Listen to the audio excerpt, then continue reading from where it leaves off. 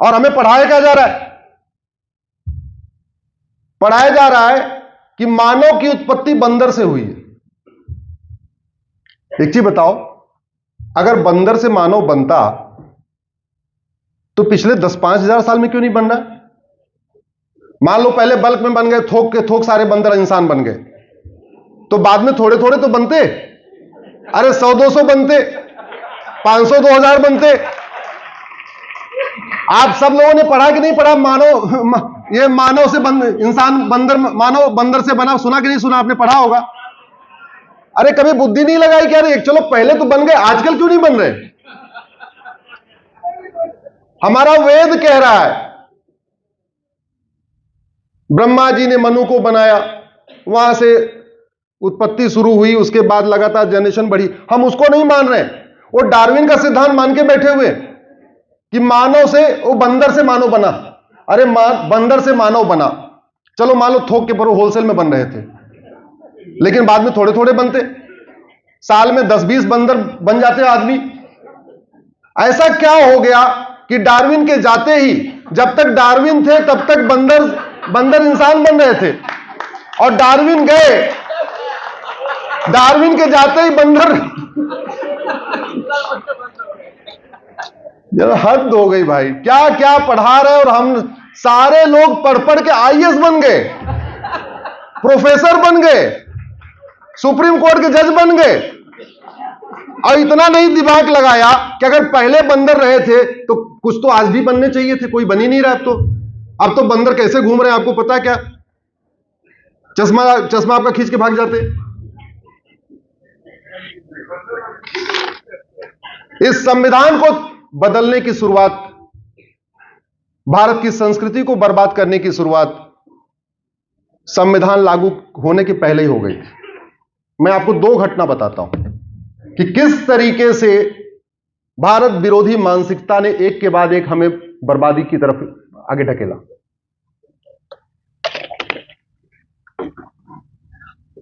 पूरा freedom movement Vande Mataram से हुआ था। वंदे मातरम भारत माता की जय, वंदे मातरम भारत माता की जय।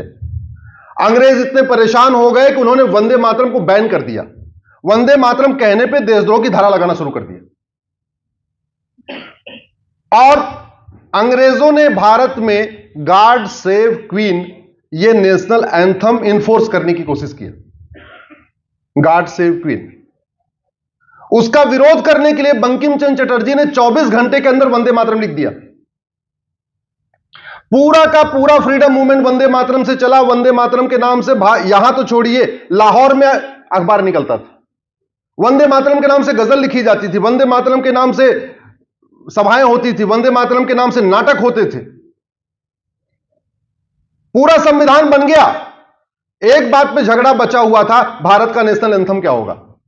मेजॉरिटी कहती थी भैया इसमें विवाद किस बात का, पूरा आंदोलन वंदे मातरम से हुआ, बंकिम चटर्जी ने वंदे मातरम लिख दिया है, उसी को लागू कर दो। और आपको यह जान के आश्चर्य होगा कि कांग्रेस का जो राष्ट्रीय अधिवेशन होता था साल में एक बार, उसमें भी वंदे मातरम गाया जाता था। शुरू के 5 अधिवेशन में वंदे मातरम गाया गया। 5वां जो अधिवेशन हुआ कांग्रेस का, उसमें जनगण मन के लेखक गुरु रविन्द्रनाथ टैगोर ने खुद ही वंदे मातरम गाया। लेकिन उसके बाद एकाएक जनगण मन लिखा जाता है, आम राय नहीं बनती है, वोटिंग की नौबत आ जाती है। उस वोटिंग को टालने के लिए डॉक्टर राजेंद्र प्रसाद ने एक बीच का रास्ता निकाला। उन्होंने बोला ठीक है, एक काम करते हैं, जनगण मन और वंदे मातरम दोनों को राष्ट्रगान घोषित कर देते हैं। चलो उतना भी, चलो ठीक है भाई, उतना भी समझ में आता है। वैसे जनगण मन का कोई योगदान नहीं था हमारे स्वतंत्रता संग्राम में, लेकिन चलो ठीक है, हमारे संविधान निर्माताओं ने कहा बीच का रास्ता निकाला तो ठीक है। समस्या हुई 1971 में। 1971 में इंदिरा गांधी ने कानून बनाया, नेशनल ऑनर एक्ट। उसमें जनगण मन के लिए प्रोटोकॉल बना दिया, 53 सेकंड में गाया जाएगा, जनगण मन की ये म्यूजिक होगी। जब जनगण मन गाया जाएगा सब लोग खड़े हो जाएंगे, जो जनगण मन का अपमान करेगा उसको 3 साल की सजा होगी। लेकिन जानबूझ के वंदे मातरम को उस कानून के दायरे से बाहर निकाल दिया, वंदे मातरम को छोड़ दिया। नतीजा, वेब सीरीज बनाने वाले वंदे मातरम अलग तरीके से गा रहे, फिल्मों में वंदे मातरम अलग तरीके से गाया जाता है। सभाओं में वंदे मातरम अलग तरीके से गाया जाता है, जिसको इच्छा होती खड़ा होता है, जिसको नहीं इच्छा होती नहीं खड़ा होता। ये हमारे संविधान निर्माताओं का, हमारे फ्रीडम फाइटर्स का अपमान हुआ कि नहीं हुआ? जोर से बोलिए जरा। मैंने इसके लिए पीआईएल फाइल किया है, आप लोग गूगल करना, वंदे मातरम अश्विनी उपाध्याय। केंद्र सरकार को नोटिस हुआ है, केंद्र सरकार ने एक 9 सदस्यों की समिति बना दिया है कि वंदे मातरम के लिए आगे क्या करना है, कैसे इसको रिस्पेक्ट देना है। काम चल रहा है, लेकिन जिस तरीके से एक के बाद एक कानून बना बना के भारत की संस्कृति को बर्बाद किया गया है, यह अक्षम्य नहीं है। दुर्भाग्यवश इसकी जागरूकता भी कम है, और ये जागरूकता के लिए ही हमने निकलना शुरू किया। नहीं तो पहले मैं आराम से Monday to Friday Supreme Court में रहता था, सैटरडे संडे छुट्टी होती थी, बच्चों के साथ रहता था, सब बढ़िया चल रहा था। लेकिन चूंकि ये बात पहुंच नहीं रही थी, फिर हमने तय किया कि नहीं, बाहर भी चलेंगे।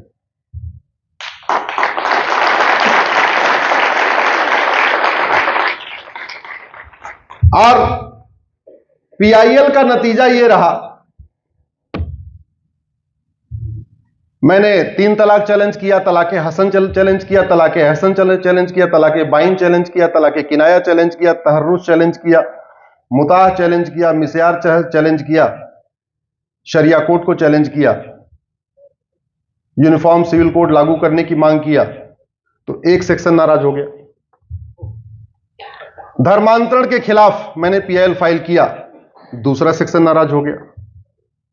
घुसपैठियों को बाहर निकालने की पीआईएल फाइल किया, और 2017 में जब मैंने पीआईएल फाइल किया था, तब बताया था कि भारत में 5 करोड़ आ चुके हैं।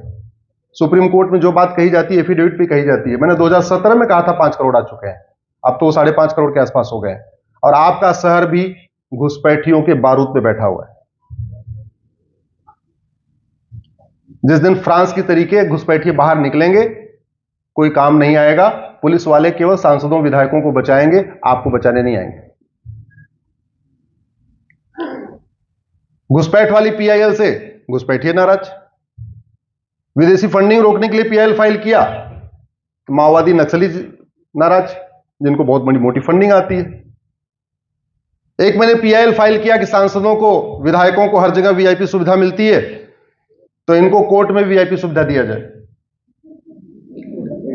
2016 मैंने पीआईएल फाइल किया, 2017 में जस्टिस गगोई साहब की बेंच उसको सुन रही थी, बोले विषय तो बहुत अच्छा है, बोले ठीक है, सांसदों विधायकों के लिए पूरे देश में अलग से एमएलए एमपी कोर्ट बनेगी, और 1 साल के अंदर इनका मुकदमा डिसाइड होगा। 2018 में सारे केस वेस ट्रांसफर हुए, 1 साल लगा पूरा प्रोसेस प्रैक्टिकली होने में। अलग अलग मुकदमे थे, सबके ट्रांसफर हो गए। इस समय 5,500 सांसदों विधायकों का मुकदमा special fast track MLA MP court में चल रहा है। तो वो लोग भी नाराज हो गए, क्योंकि उनका अच्छा खासा मुकदमा चल रहा था। मुकदमा बाद में खत्म होता, उसके पहले खुद ही खत्म हो जाते। अब ऐसा हुआ है कि साल साल में मुकदमा खत्म हो रहा है। 5,500 में से 250 को सजा हो गई है।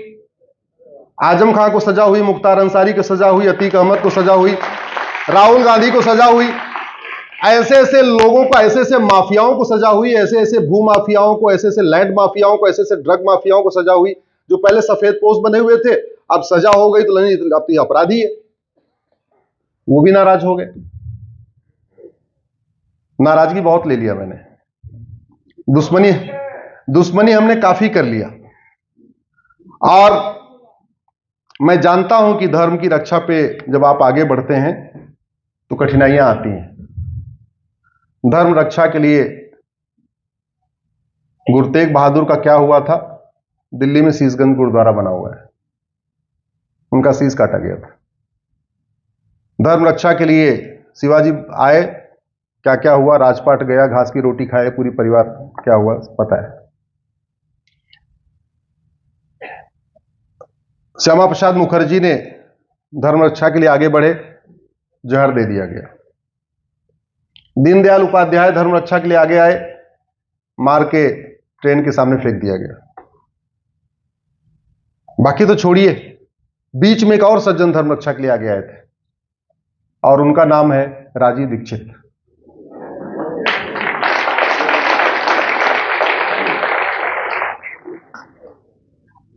तीस नवंबर को उनकी जयंती भी है और 30 नवंबर को उनकी पुण्यतिथि भी है। हमने उनके साथ काम किया हुआ है, लेकिन वो भी नहीं रहे। सच्चाई तो यह है कि धर्म रक्षा के चलने पे खतरे बहुत बढ़ जाते हैं। एमएलए एमपी वाला कोर्ट का एग्जांपल आपको बता रहा था। अतीक अहमद तो नाराज हुए, आजम खान नाराज हुए, बाकी सब तो नाराज ही हुए, राहुल गांधी भी नाराज हो गए, क्योंकि उनका मुकदमा सुनवाई थोड़ी होता। वो तो एमएलए एमपी कोर्ट का सुप्रीम कोर्ट ऐसे 1 साल के अंदर डिसाइड कर तो सजा हो गई। उनके प्रवक्ता हैं रणदीप सिंह सुरजेवाला, उनके खिलाफ 23 साल पहले सन 2000 में एक मुकदमा बनारस में हुआ था, और 2022 तक आराम से वो मुकदमा पड़ा हुआ था, न कभी वारंट आया न कभी कुछ हुआ, ठंडे बस्ते में पड़ा हुआ था। 2022 में कांग्रेस ने उनको राज्यसभा में भेज दिया। जैसे राज्यसभा में भेजा, उनका मुकदमा एमएलए एमपी कोर्ट में चला गया।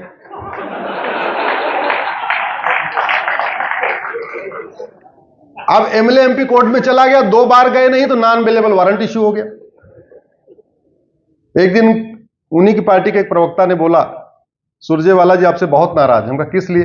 कह रहे थे 22 साल से मुकदमा चल रहा था, आराम से चल रहा था, अब सांसद बन गए हैं, एक नई मुसीबत आ गई है।